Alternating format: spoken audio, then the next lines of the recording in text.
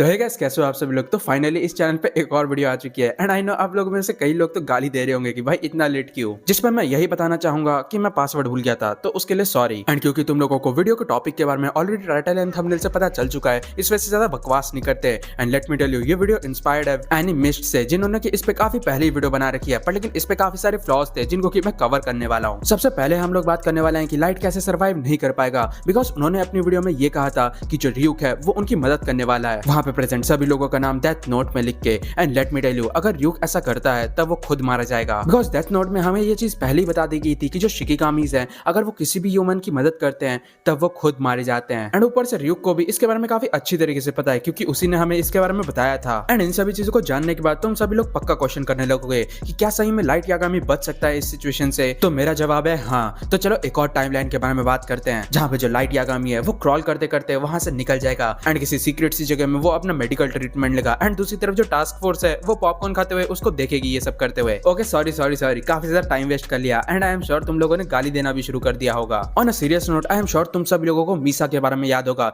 जिसको कि light Yagami से काफी ज्यादा ही ऑब्सेशन था एंड वो उसे प्यार करती थी, यहाँ तक कि उसने अपनी हाफ लाइफ भी सेक्रीफाइस कर दी थी जस्ट शिनिगामी आइस के लिए, ताकि वो लाइट को ढूंढ सके एंड उसकी मदद कर सके। एनिमे के आखिर में हमें दिखाया गया था कि जो मीसा है उसने अपने आप को मार लिया था एंड इस टाइमलाइन में हम लोग मीसा की मदद से लाइट को बचाएंगे, जहाँ पे लाइट ने मीसा को एक बैकअप के तौर पे रखा है, ना कि उसे नेग्लेक्ट किया है। एंड क्योंकि हमने पूरा सेटअप कर लिया है, इस वजह से हम लोग वापस से वेयर हाउस की तरफ जाते हैं, जहाँ पे टास्क फोर्स ने लाइट यागामी का भंडा फोड़ चुका है एंड यहाँ तक कि उसे गोली भी लग चुकी है। पर लेकिन इस मोमेंट में जो मीसा है वो अपना काम करती है एंड वहाँ पे प्रेजेंट वो सभी लोगों का नाम डेथ नोट में लिख देती है, जिसके कारण वहाँ पे बस दो ही जन बचते हैं, एक है कीरा एंड दूसरा है Misa. And let me tell you, उस वेयर हाउस से जो बंदा बच के आता है वो लाइट यागामी नहीं बल्कि कीरा होता है। एंड इस इंसिडेंट के बाद जो स्टोरी है वो कई डायरेक्शंस में जा सकती है, जिसके कारण मैं काफी ज्यादा कंफ्यूज हो चुका था एंड मैंने इसमें एआई की भी काफी ज्यादा मदद ली है। तो मैं एआई को भी शाउट आउट देना चाहता हूँ स्क्रिप्ट को काफी रिफाइंड करने के लिए। तो चलो बढ़ते हैं हमारे नेक्स्ट चैप्टर की तरफ, जो है death note eternal justice. Scene की शुरुआत में हमें एक अननोन सी जगह दिखाई जाती है, जहाँ पे कई सारे लोग गैदर हुए होते हैं एंड उन सभी के पास एक ही कंप्लेन थी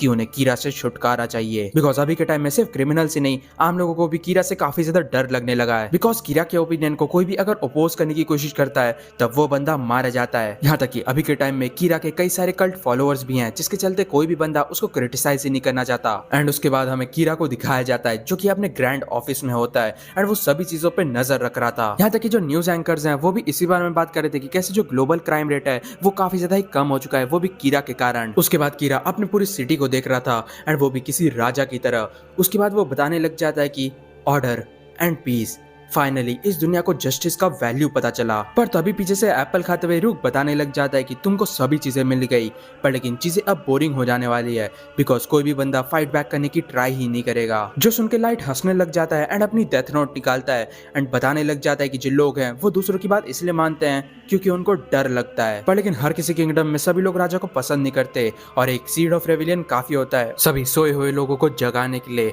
एंड तभी हमें उसी अननोन जगह को वापस दिखाया जाता है, जहाँ पे लोग इसी बार में बात कर रहे थे कि कैसे वो लोग कीरा को हरा सकते हैं, क्योंकि करंट के टाइम में वो एक अनटचेबल गॉड की तरह है, जिसपे वहाँ का जो लीडर था वो बताने लग जाता है कि इवन जो गॉड्स हैं उनमें भी फ्लॉज होते हैं एंड हमें बस उसका फ्लॉ ढूंढना है, जो कि काफी होगा उसको नीचे लाने के लिए। एंड तभी उनमें से एक बंदा बताने लग जाता है कि जो लाइट यागामी है वो काफी ज्यादा एरोगेंट है एंड यही उसकी वीकनेस है एंड अगर किसी तरीके से हम लोग उसका यूज कर पाए तब हम लोग उसके एम्पायर को गिरा सकते हैं। एंड उसके बाद वो जो ग्रुप है वो अपनी प्लानिंग शुरू कर देते हैं फ्रीडम को रिस्टोर करने के लिए। दूसरी तरफ हमें र्यूक को दिखाया जाता है जो कि कीरा को दिखे जा रहा था, वो भी इंटेंसली, बिकॉज वो लगातार नाम पे नाम लिखे जा रहा है। र्यूक सोचने लग जाता है कि जो ह्यूमंस हैं वो सही में काफी ज्यादा इंटरेस्टिंग होते हैं। एंड इसी के साथ मेरी जो स्क्रिप्ट है वो खत्म होती है, बिकॉज इसके आगे मेरे को समझ नहीं आ रहा था कि मैं स्टोरी को कैसे प्रोग्रेस कर सकता हूँ। एंड अगर तुम लोगों को सही में इसका नेक्स्ट पार्ट चाहिए तो फिर कमेंट करके बताना, एंड अगर तुम लोगों के पास कोई अच्छा आइडिया भी होगा तो उसके बारे में भी कमेंट करके बता देना। एंड अगर आप लोगों ने अब तक मेरे को इंस्टाग्राम में फॉलो नहीं किया तो फिर उसको भी कर लेना, लिंक डिस्क्रिप्शन में मिल जाएगा।